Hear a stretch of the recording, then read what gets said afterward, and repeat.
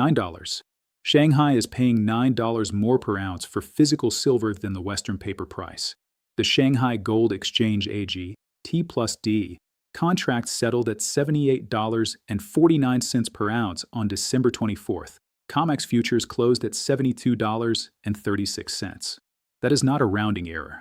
That spread does not exist in a healthy, functioning market. OG John AG here. Drop OG John AG in the comments if you are here paying attention and actually learning. Now, that gap has been persistent for months, and the physical delivery numbers are accelerating. Let's get straight into it.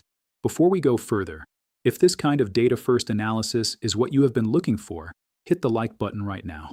Subscribe to OG John AG 1.0 and share this with one person who needs to see these numbers. Now, back to the data. Let's story today. The Shanghai Gold Exchange. The SGAG T+D physical spot contract at $78.49. COMEX registered silver below 90 million ounces as of February 2026.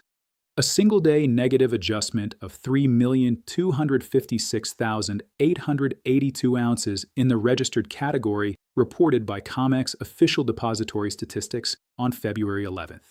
That was followed the same day by withdrawals of more than 4.7 million ounces from the eligible category. In one trading day, that sequence, $9 Eastern Premium, a registered vault drain of 3.2 million ounces in 24 hours, and eligible withdrawals of 4.7 million in the same session, is not a coincidence. That is a pattern. The timing is what deserves scrutiny, not the event. The timing. Think about what that sequence actually means. Physical buyers in Shanghai are absorbing the premium and the VAT and still standing in line. JP Morgan has been shipping metal eastward at premiums of $10 or more above COMEX. The buyers absorbed both the premium and the tax, willingly, repeatedly. That is how urgently they value the physical bar over the paper substitute. Sit with that. Before I show you the full data picture, consider this. COMEX registered silver has fallen roughly 75% from its 2020 peak. The last time Western registered silver inventories were this depleted, the market entered an acute delivery stress period. The data is already telling you something. Let's build it out. Now let's build the full picture because the Shanghai premium does not exist in isolation. The Silver Institute and Metals Focus data confirm the global silver market posted a 95 million ounce deficit in 2025, the fifth consecutive annual deficit. The cumulative shortfall since 2021 now stands at approximately 820 million ounces across 5 years. That is 5 straight years of demand exceeding every ounce mined and every ounce recycled globally. The Silver Institute projects a 6th consecutive deficit in 2026, a 67 million ounce shortfall, even as total global supply is projected to hit a decade high of 1.05 billion ounces. Total physical silver deliveries on COMEX in 2025 came in at 474 million ounces. The year before, 2024, that number was 203 million ounces. That is more than doubling physical delivery demand in a single calendar year. The Sprott Physical Silver Trust doubled its capital raise program in January 2026 to $2 billion, enough at then current prices to absorb approximately 18 million ounces. That is roughly 16% of COMEX registered inventory in a single institutional move. The rate of physical drawdown is not slowing. It is accelerating. The data is doing the talking. The ones who have been called conspiracy theorists for saying physical demand was overtaking the paper market, they are not saying much right now. And here is what makes that picture even harder to ignore. Open interest in COMEX silver contracts represents approximately 230 million ounces of paper exposure. Registered deliverable silver in the vaults sits at approximately 88 million ounces. That is paper exposure exceeding deliverable supply by over 400%.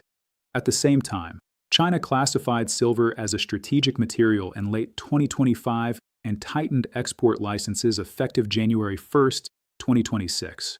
China, which had been a net exporter of more than 4,000 tons of refined silver in the first 11 months of 2025, abruptly stopped. The same playbook it ran with rare earths, with tungsten, with antimony. That is not a contradiction. That is the setup. And before anyone treats this as a green light to go all in right now, setups can take a long time to resolve. What this data tells you is the structural picture. Timing is a completely separate question. Anyone who claims to know the timing is selling something. Now the macro variable, because this is no longer backdrop. It is the primary variable, the Strait of Hormuz. 21 million barrels of crude oil pass through that strait every single day. Headlines as of early April 2026 reference Trump threatening to abandon Iran war posture, while Jamie Dimon publicly sides with allies to, quote, clean up the straits. Markets are currently pricing roughly 60 basis points of Federal Reserve easing by year-end. U.S. Treasury Secretary Scott Bessent publicly attributed the January 2026 silver volatility spike to speculative activity from Chinese traders. Meanwhile, the 10-year U.S. Treasury yield recently touched 4.4%. Every time a regional energy supply disruption has coincided with a dollar confidence event, hard assets have repriced. Every single time. When markets start pricing the reality of what is actually being communicated at the policy level right now, silver reprices higher, gold reprices higher, energy reprices higher. That is the historical pattern. It has not been different yet. Silver Western Spot as of March 31st, 2026, $74.57 per ounce per JM Bullion Live Market data. The all-time nominal high was $121.67 set January 29, 2026, a level silver reached before a historic sell-off briefly erased nearly half its value. As of late February, silver was trading near $82.50 per ounce before correcting further. Today's $74.57 represents approximately 39% below the January peak. If the 10-year Treasury yield softens materially below 4.4% as U.S. economic data disappoints, and December retail sales already stalled unexpectedly, silver has structural support to retest the $82 to $85 range in Q2. If dollar confidence deteriorates further alongside any escalation at the Strait of Hormuz, the path back toward and through $100 remains structurally open. Those are the only two short-term reads that matter right now. As for trading the lower time frames, I cannot tell you what silver does tomorrow. Nobody can. If you think you know, good for you. Sidelines is not weakness in this environment. Sidelines is the only edge there is. The ones paying attention already understand that the physical market and the paper market are telling two completely different stories right now. I have called this market both directions. I will call it again when I see it clearly. Right now, I do not see it clearly. The tape decides, not me. Here is the honest truth. Both sides of this trade have a real case, and the one you ignore is the one that will cost you.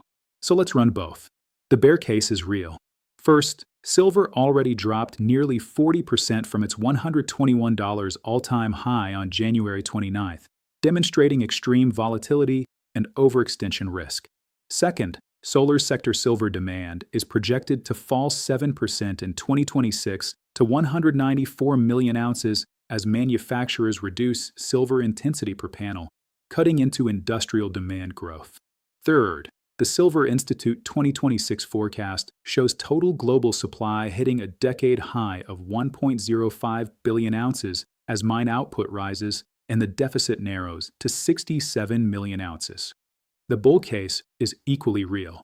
First, 820 million ounces of cumulative 5-year deficit have been drawn from above-ground stockpiles, and the 6th consecutive annual shortfall is confirmed for 2026 by Metals Focus. Second, COMEX registered silver has fallen 75% from its 2020 peak, with paper-to-physical leverage exceeding 400% and a depletion estimate of approximately 124 trading days at current withdrawal pace.